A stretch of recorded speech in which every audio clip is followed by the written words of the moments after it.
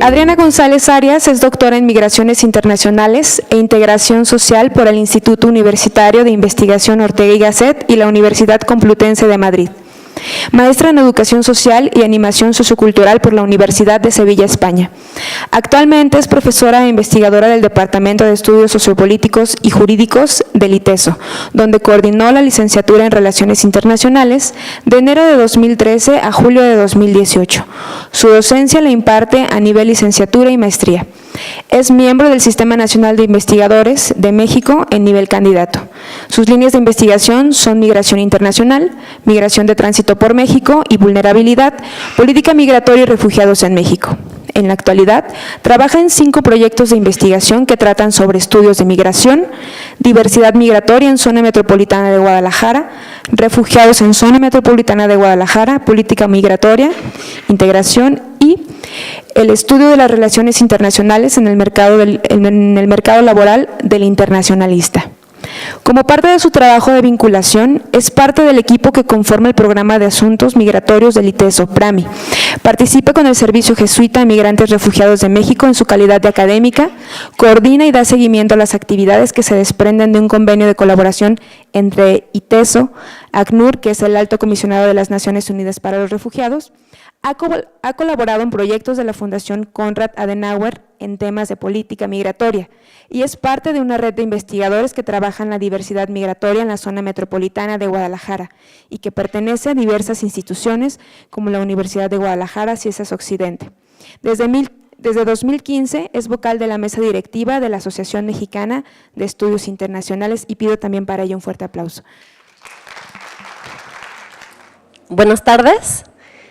Muchas gracias por la presentación, muchas gracias por la invitación y muchísimas gracias por los que están aquí presentes, escuchándonos y interesados en conocer un poco más en estos temas de migración y pues los que estamos aquí en esta mesa, pues de migración de tránsito específicamente.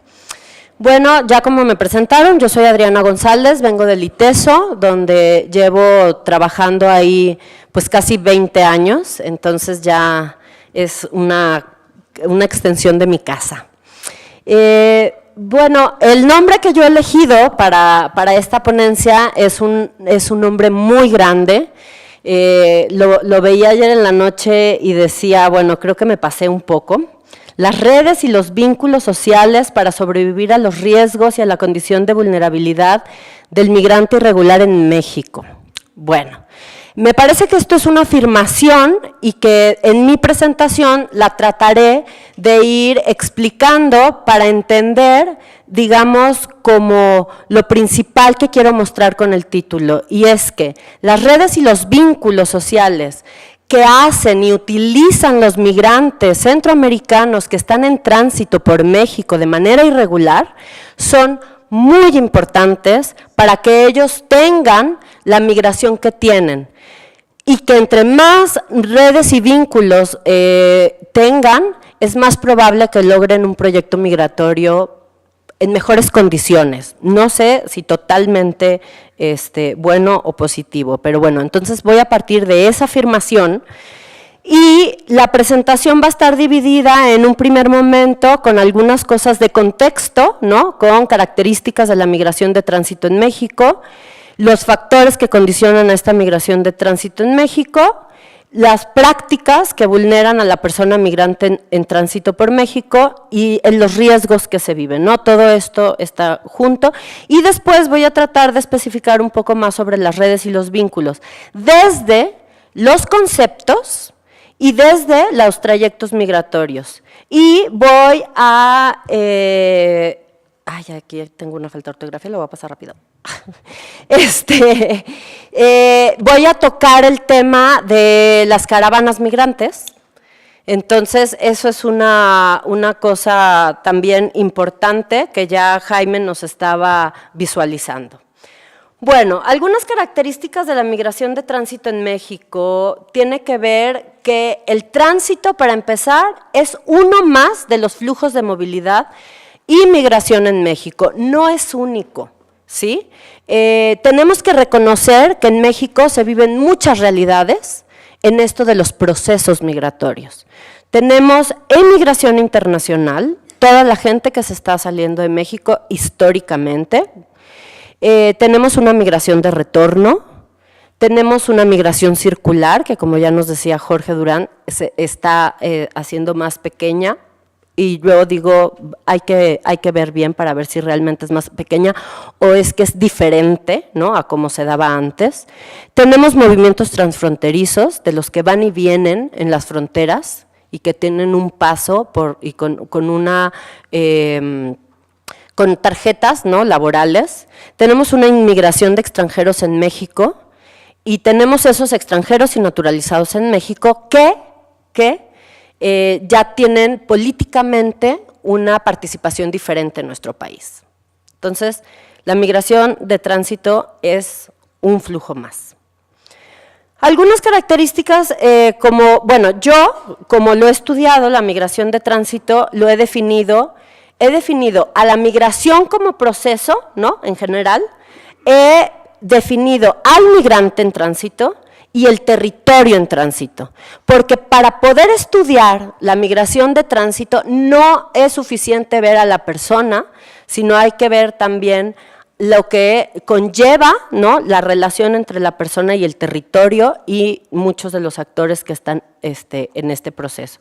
Entonces, nada más me voy a basar en que la migración de tránsito es el proceso social que resulta a partir de un flujo de personas migrantes que necesitan pasar por uno o varios territorios geográficos intermedios entre su origen y el destino, donde van a estar implicadas sus fronteras.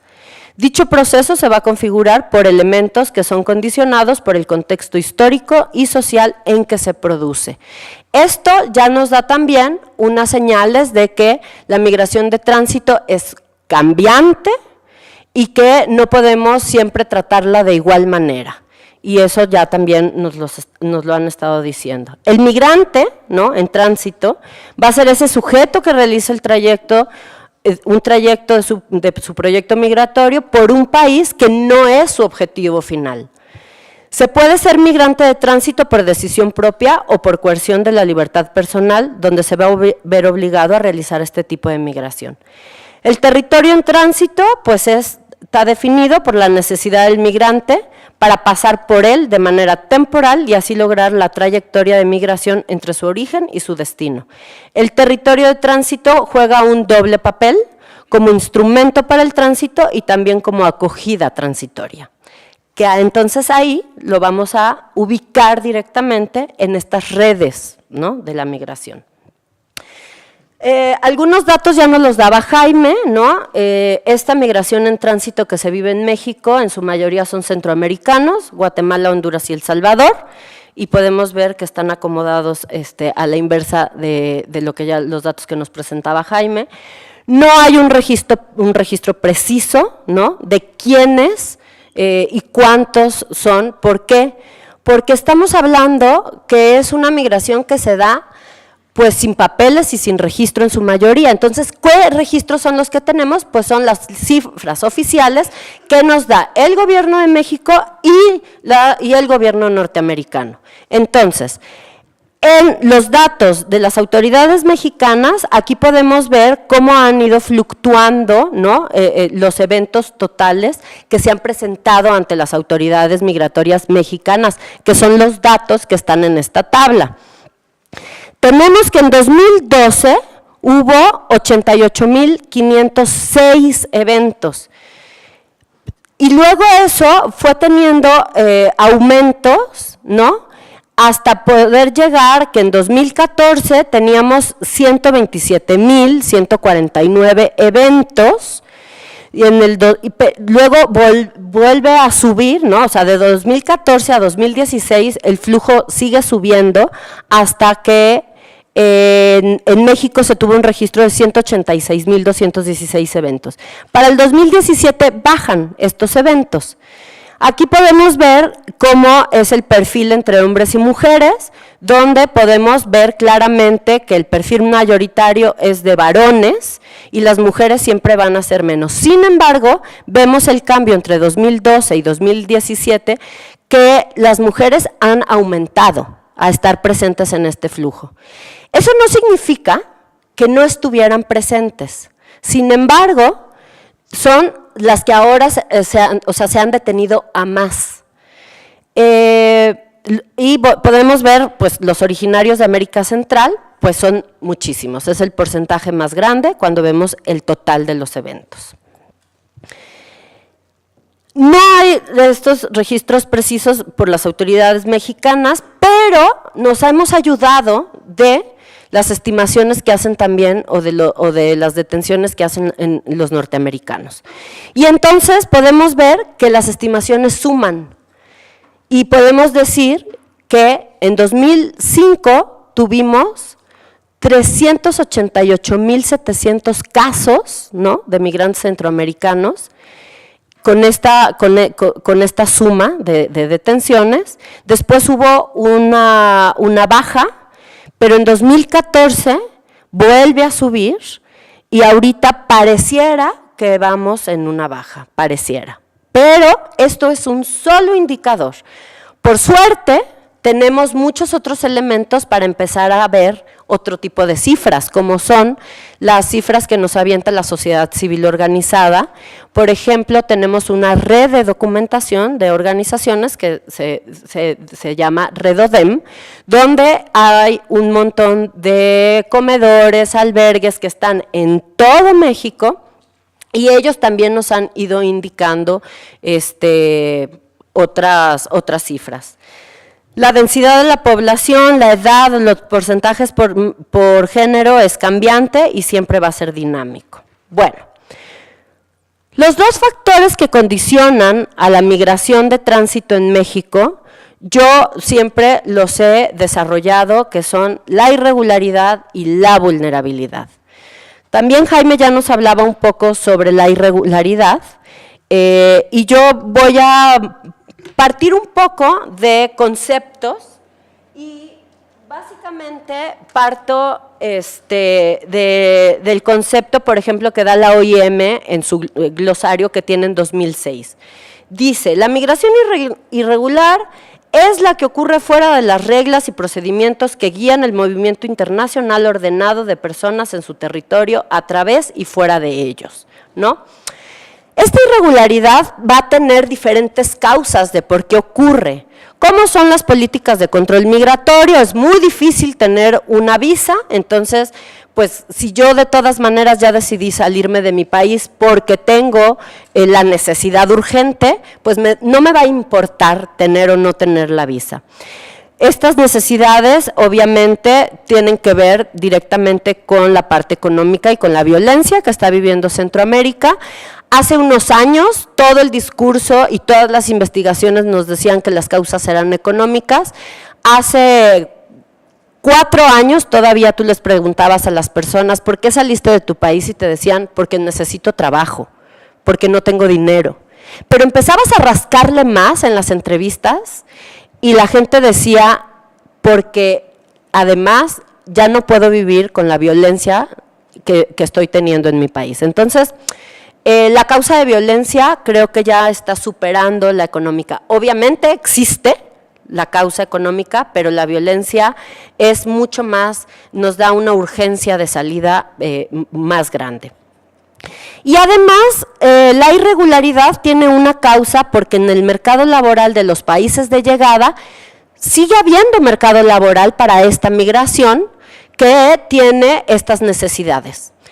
Obviamente no se les trata por igualdad y ahí podemos ver toda la parte de mercado segmentado, ¿verdad?, de mercado laboral segmentado, y podemos revisar cómo la migración irregular está llegando a un mercado laboral que la gente en los países de acogida no está queriendo hacer, y entonces, bueno, es una manera, ¿verdad?, segura de que ellos pueden tener ingresos económicos.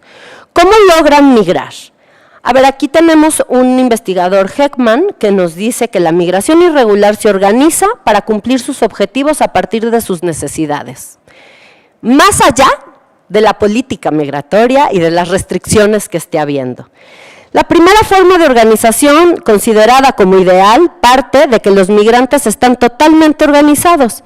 Esto se logra por medio de sus propias redes sociales. En otros casos, se compran los servicios de contrabandistas que son necesarios para ciertos puntos del trayecto, y un tercer tipo de organización mencionado es el de las redes o organizaciones que tienen control de la operación de contrabando de los migrantes, de los cuales pueden trabajar desde el origen hasta el destino, ¿no? Entonces, eso es una cosa muy, muy importante. Ahora voy a pasar a este factor de la vulnerabilidad y cómo la vulnerabilidad también es algo que configura esta migración de tránsito que pasa por México. La vulnerabilidad se va a reconocer en el sufrimiento del migrante en su travesía, en donde vive una serie de conductas y acciones que van a atentar contra su dignidad como persona. Aquí tenemos dos investigadores del Colegio de la Frontera Norte que han trabajado muy a fondo estos conceptos y que después se han complementado por otros, pero por ejemplo, Olivia Ruiz Marrujo nos dice: sugiere que el desenlace de un incidente de riesgo es el resultado del balance entre el grado de vulnerabilidad. Entonces, nos dice, un migrante vive esa condición de vulnerabilidad a partir de que existen riesgos, ¿sí? Y entonces su vulnerabilidad se va a medir por los riesgos con los que se encuentra en el camino. Obviamente, un migrante que no trae papeles, un migrante que no tiene dinero, un migrante que no es reconocido por un estado, etcétera, pues es totalmente vulnerable porque además es totalmente transparente e invisible para el Estado. Y eso hace que se le violen un montón de derechos. Y entonces aquí Jorge Bustamante nos dice, la vulnerabilidad de los migrantes extranjeros como sujetos de derechos humanos es entendida como el resultado de un proceso social que involucra al Estado. Y después nos vuelve a decir, esta vulnerabilidad es una condición social de ausencia de poder que es concomitante a la impunidad de los que violan los derechos humanos de los inmigrantes. Y entonces, él hace la comparación entre dos dimensiones que están inmersas en la vulnerabilidad. Una es la estructural, que son los privilegios, o sea, él nos dice es que el Estado crea asimetrías entre los nacionales y los extranjeros. Y estas asimetrías hacen que haya dos dimensiones que hacen más vulnerables al migrante. La estructural es que el gobierno da privilegios a los nacionales sobre los extranjeros. Entonces, el extranjero no tiene un montón de derechos que sus nacionales sí tienen. Y esas son vulnerabilidades estructurales, que ya los pone en diferencias. Pero después nos dice que también existe una dimensión cultural y esta es el resultado de las relaciones entre los nacionales y los extranjeros. ¿Qué pasa? Cuando el gobierno tiene un discurso, tiene una política hacia el migrante, hacia el extranjero, crea un discurso y unas acciones entre sus nacionales que van a ser un conjunto de valores, ideas, actitudes que van a generar en la sociedad del país de acogida y se van a posicionar respecto al migrante de una u otra forma, pero siempre viendo al migrante en un nivel abajo, porque no tiene los mismos derechos que ellos. Entonces, el Estado está generando este tipo, ¿no?, de condiciones de vulnerabilidad. Por un lado, porque crea estructuras, ¿no?, que vulneran, pero esas estructuras generan ideas y valores en la población que también nos hacen ser de manera diferente con los migrantes. Y eso, pues, acaba siendo algo problemático, ¿no? Sin embargo, me parece que también tendríamos que hablar que la vulnerabilidad es algo mucho más complejo, que no solo se agota en el ámbito del derecho. La vulnerabilidad es también estructurada por las condiciones de origen de los propios migrantes. Por ejemplo, Olivia Ruiz nos da algunas otras reflexiones que dicen que la vulnerabilidad y el poder de los migrantes indocumentados son en parte construcciones biográficas, ¿no? Precede su migración, que van a preceder esa migración. Como productos históricos incorporan la acumulación de marginalidades debido a estas discriminaciones sistemáticas de clase, de género, de color, etnicidad, raza, si queremos verlo como tal, como algo, y edad. Y a su pertenencia a países pobres, destrozados por años de guerra civil, de condiciones que han coartado su acceso al poder y su capacidad para resistir el abuso de él. Entonces, la vulnerabilidad va a ser igual a riesgos, también más capacidades del migrante. ¿Qué capacidad tiene el migrante para transitar un país? Y entonces ahí vamos a poder decir qué tan vulnerable podría ser dependiendo, ¿no?, esos riesgos que les presenta el país de tránsito y esas capacidades propias que tiene el migrante para sobrevivir a un tránsito migratorio en las condiciones que se presentan en México. Y entonces, ya hablando un poco más de México, podemos decir que México sí va a presentar prácticas que vulneran a estos migrantes, desde lo institucional, desde esta estructura, ¿no?, que nos dice Bustamante, que son políticas de cierre de fronteras, endurecimiento de los controles fronterizos y las prácticas de corrupción e impunidad por parte de las autoridades a sus diferentes niveles, ¿sí? Nosotros tenemos una corrupción y una impunidad que no hemos logrado sanear. Los migrantes no quieren documentar ni decir los robos que se les han cometido y toda la violación de derechos a los que se les hayan hecho, porque tienen miedo de que se les sigan extorsionando. Pero también tenemos desde la parte sociocultural de base, desde la parte cultural, otras prácticas lucrativas, como por ejemplo por el crimen organizado y por la población civil, que se aprovechan de las necesidades de las personas migrantes y entonces o trafican con ellos o sea, la migración se vuelve un mercado económico muy jugoso para muchos. Porque más allá de lo que les puedas vender de comida o cosas para su vestimenta, ¿no?, también es, pues sabemos todo lo que sucede con los secuestros y todas las mafias. Es millonario, no tenemos de verdad ni idea el comercio que existe alrededor del migrante desde estas prácticas lucrativas del crimen organizado.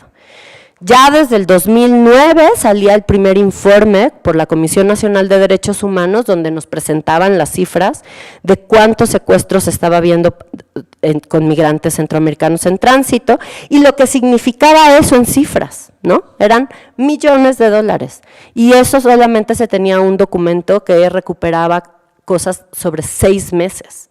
Entonces, y tenemos también las prácticas de la población civil, como el desprecio, la discriminación, la xenofobia, abusos verbales, físicos, sexuales, etcétera. Tenemos una realidad que, ahorita voy a pasar a las cosas positivas, pero todas estas prácticas pues están vulnerando a todas estas personas que están huyendo de una situación catastrófica y que llegan a México y se encuentran con esto, ¿no? Esto obviamente son conclusiones después de trabajo de campo que hemos estado haciendo y recorriendo parte del corredor de migración de tránsito en el occidente de México, ¿no? Y entonces hemos ido categorizando. Dentro de estos riesgos que vulneran, ¿no?, y también las capacidades de los mismos migrantes, está relacionada con el cómo se hace la migración y los trayectos, ¿sí?, entre el origen, tránsito y el destino. Y entonces aquí ya también Jaime nos adelantaba un poco sobre la hostilidad de las rutas, pues que si había que caminar grandes kilómetros, se presentaban también la desprotección hacia situaciones climáticas, tenemos toda la parte de infecciones estomacales porque toman agua no potable, y esto, además, la hostilidad de las rutas, también viéndolo con la relación de diferentes actores, ¿no?, que se presentan aquí, ¿no?, como las prácticas de corrupción, de impunidad y las prácticas lucrativas. Entonces, esta hostilidad de las rutas se presenta no solamente en cosas naturales, sino también por los actores que están en relación con las personas. Tenemos la parte de los riesgos que se viven por el transporte, ¿no?, que se utiliza. El transporte, pues, el tren de carga se utilizó por muchísimos años y es sumamente peligroso. Podíamos ver ahí mutilaciones de cuerpos con las caídas, pero también estamos viendo que la gente les da ride de un trayecto a otro y abusan también de ellos, y tenemos infinidad de cosas ahí que pone al migrante en todo el tiempo, ¿no?, en situaciones de riesgo. Y tenemos aquí, obviamente, la violencia, ¿no?, con autoridades, con el crimen organizado, donde la ganancia económica siempre va a ser una gran motivación. Y entonces aquí llegamos a las redes y los vínculos sociales para sobrevivir el tránsito por México. La migración de tránsito de centroamericanos por México, que se realiza de manera irregular, es posible gracias a estas redes que se tienen y se construyen. Esto lo podemos observar, lo podemos hablar desde la teoría de redes migratorias. En el estudio de las migraciones de migración internacional existen varias teorías de migración que nos explican cómo sucede la migración. Por un lado están las teorías que nos dicen, las que nos explican las causas migratorias, y por otro lado están las teorías que nos dicen por qué las migraciones perduran en el tiempo. Y una de esas teorías es la teoría de las redes migratorias, donde lo que explica es que los migrantes se van organizando desde el origen hasta su destino con las personas que conocen o que contratan para poder hacer sus migraciones de manera más segura, más organizada, con mayor economía, ¿no?, también.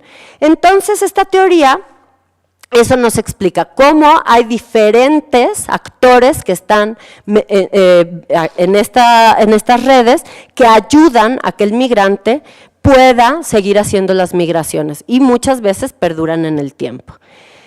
Esta teoría de las redes migratorias, si lo sumamos con la relación con el capital social de la persona migrante, ¿no?, también nos explica cómo es posible que perduren, ¿no?, porque entonces lo que nos dice es que el migrante desde su lugar de origen tiene un capital social que lo ayuda, y entonces ahí hablamos de sus capacidades, ¿no?, que lo ayuda a poder hacer esta migración de tránsito. Y esto nos explica, ¿no?, en gran medida cómo es que esta migración se sigue en el tiempo.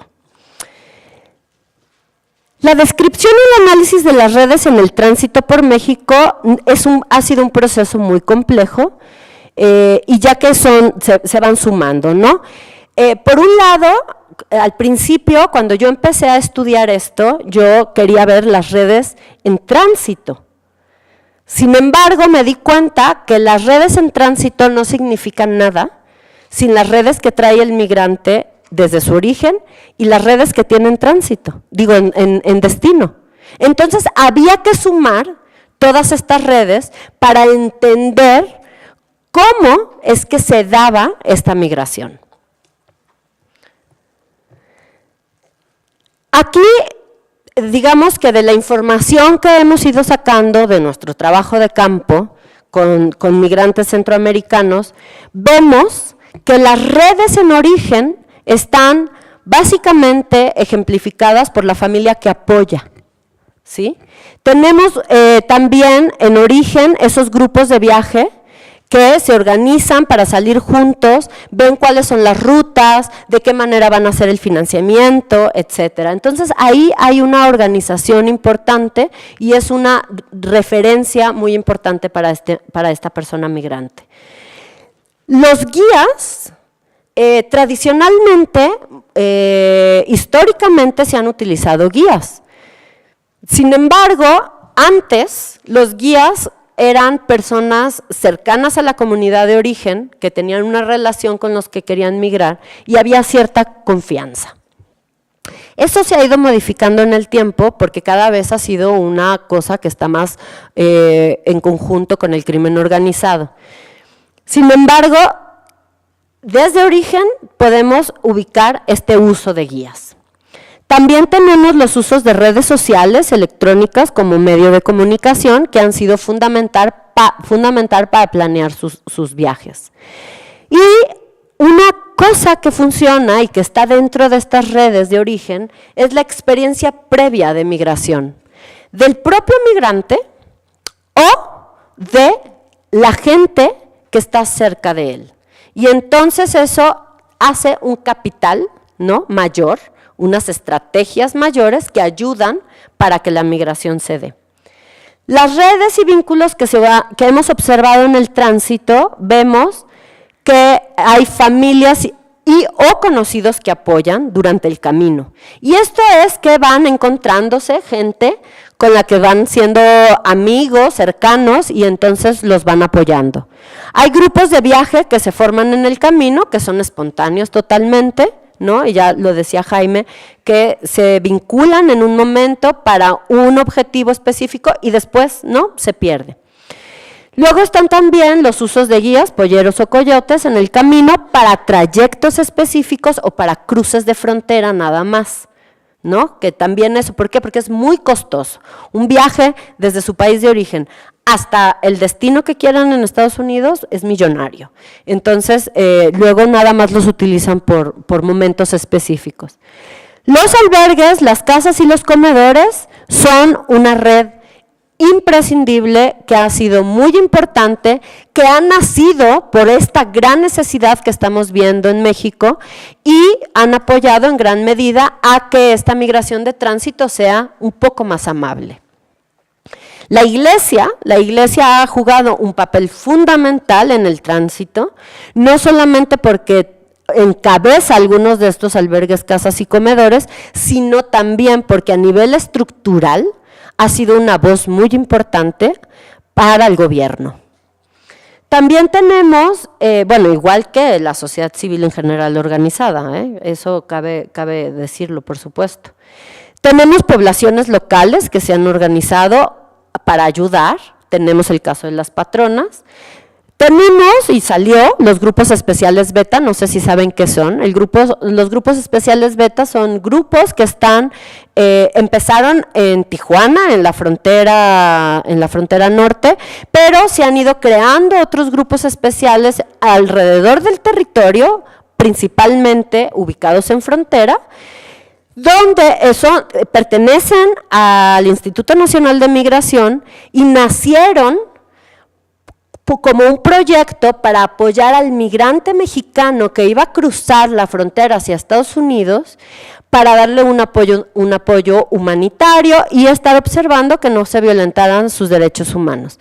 Pero cuando los movimientos de tránsito centroamericanos crecen, los grupos beta también crecen y dicen, también apoyamos al migrante centroamericano. Aquí hay experiencias, ¿no?, hacia dos lados.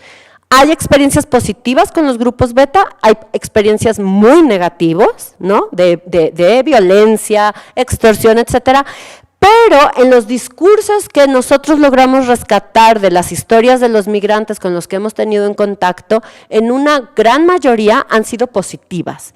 Y cuando además he tenido contacto con estos grupos, ellos sí son parte, obviamente, del INM, sin embargo, sí se consideran que están organizados y que tienen una filosofía muy diferente sobre todo el tema de control migratorio, ¿no? Entonces, es una institución interesante también de observar y de estudiar. Obviamente, otra red y otro vínculo muy importante son los mismos migrantes que están haciendo el tránsito. El trabajo irregular o el pedir limosna, como luego ellos dicen el charoleo, es una cosa importante en el tránsito porque les va dando ciertos recursos económicos. Y también tenemos los trabajadores de seguridad privada o pública, que así como también son denunciados como que violentan sus derechos, también hay algunos que apoyan a estos migrantes. Y las redes que estamos y que ubicamos en destino son familias que apoyan, ¿no? Con diferentes tipos de apoyos, como pueden ser económicos, pero también son los apoyos morales, ¿no? Que les están llamando y les están diciendo, vas por buen camino, o ve en Veracruz, en Tierra Blanca, llega al albergue fulanito, o ve con la familia fulanita de tal, y entonces se van pasando datos que eso también los va apoyando, ¿no? Son tips del camino, pero también aquí esta familia en destino juegan un papel de imaginarios y promesas, ¿no? Que a veces no son tan ciertos porque no tienen asegurada la llegada, pero es un apoyo moral para el migrante, y eso en el ánimo de cuando se ven derrotados, eso les puede cambiar y les da una motivación diferente. En la investigación que yo he realizado, lo que vemos es que hay redes muy consolidadas y hay redes no consolidadas en el tránsito. Las redes consolidadas, vamos a decir que son las familias y los conocidos que apoyan. Son los guías, polleros o coyotes. ¿Por qué son consolidados? Porque pues son toda una mafia que trabaja y que está muy bien organizada. Los albergues, las casas y los comedores, la iglesia, los grupos especiales beta y las poblaciones locales. Cuando veo albergues, casas y comedores, aquí también puedo poner que son redes con sociedad civil organizada, donde hay algunos casos muy específicos, ¿no? Y hay redes no consolidadas como grupos de viaje que se forman en el camino, las poblaciones locales, otros migrantes, trabajo irregular o el pedir limosna y los trabajadores de seguridad privada o pública. ¿Cómo llegan a ellos? ¿Cómo llegan los migrantes a estas redes? Pues el migrante de tránsito, mi conclusión ha sido que las redes son realmente vínculos espontáneos y son débiles. Son pocos, ¿no? ¿Cómo llegan a estas redes consolidadas? Porque le dijeron, porque escucharon, pero fue casi de momento, que iban pasando por la ciudad y alguien le dijo, pues hay en tal dirección un albergue o un comedor, ¿no? Y entonces, aunque la red, aunque el albergue, aunque el comedor esté consolidado, ¿va? El migrante llega a ellos de manera espontánea. Y entonces los vínculos son muy débiles. Ya casi como apuntes finales.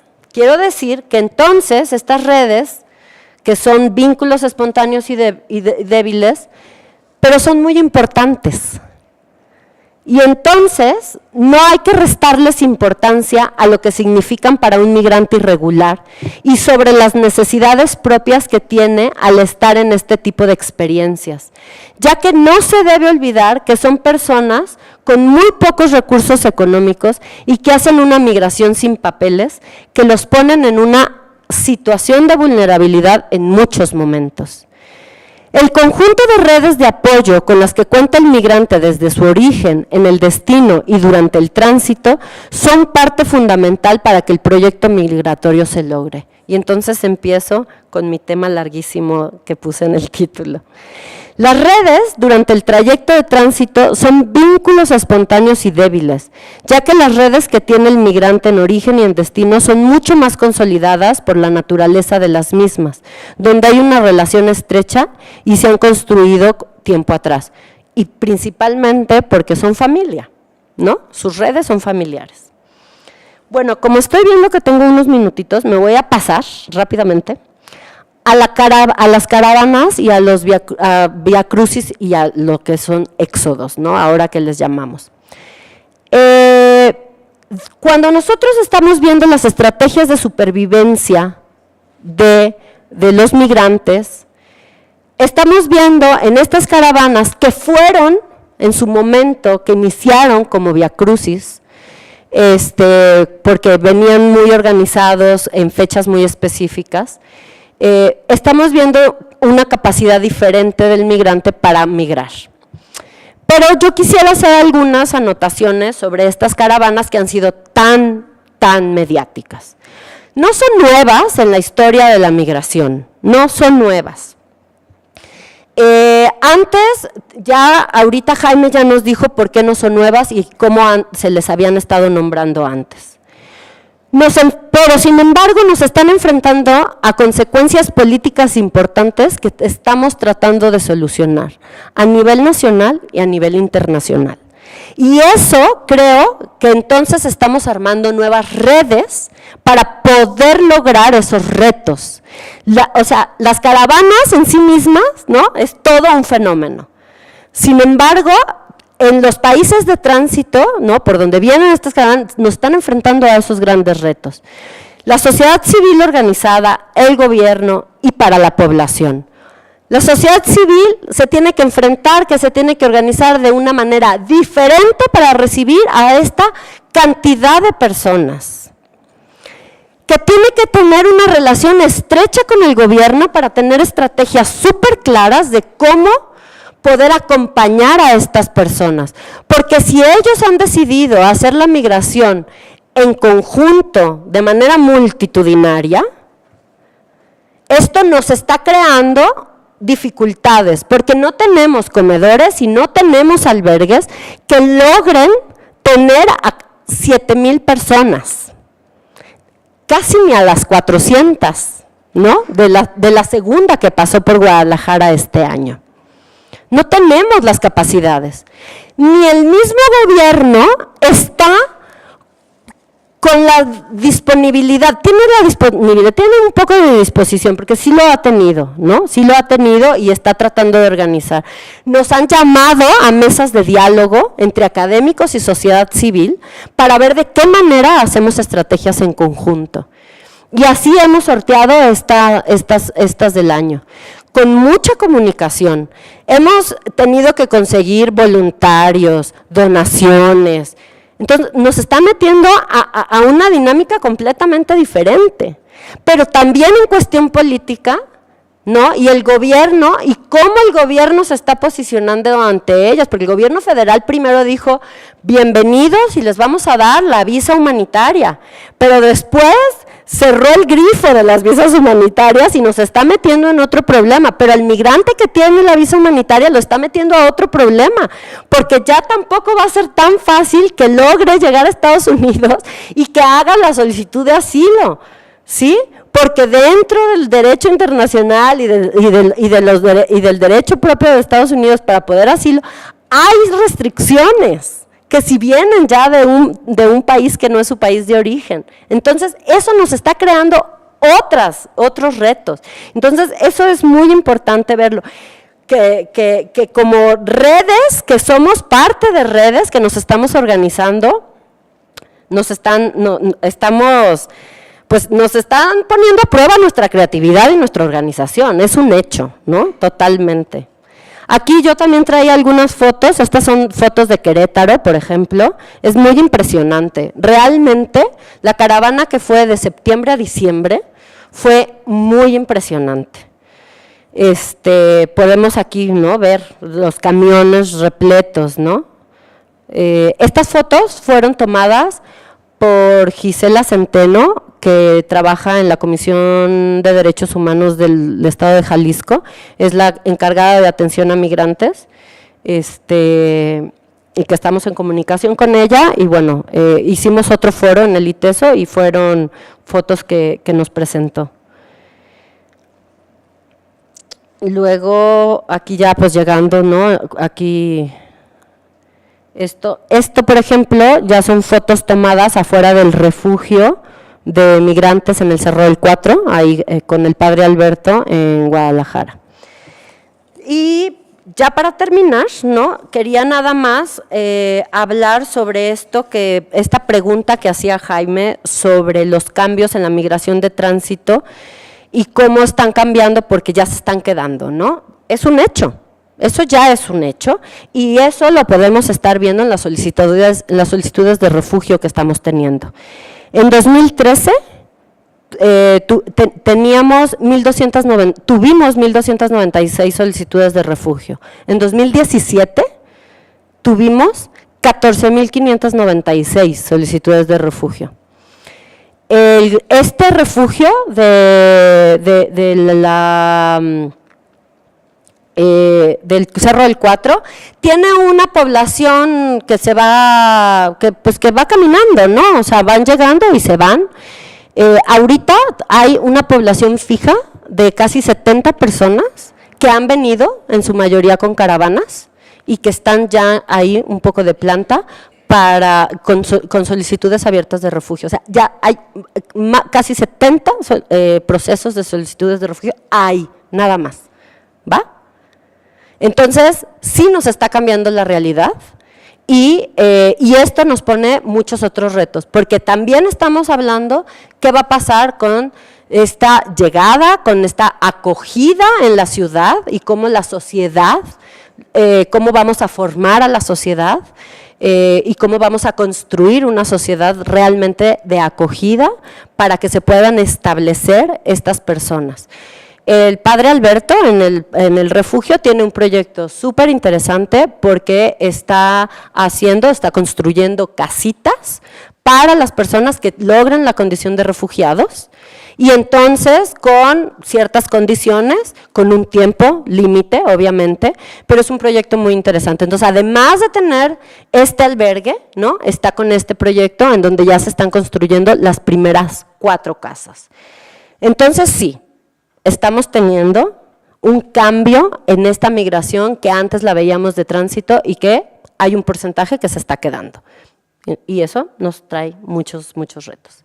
Y pues hasta aquí me quedo y pues les agradezco mucho la invitación, la presencia y la escucha obviamente.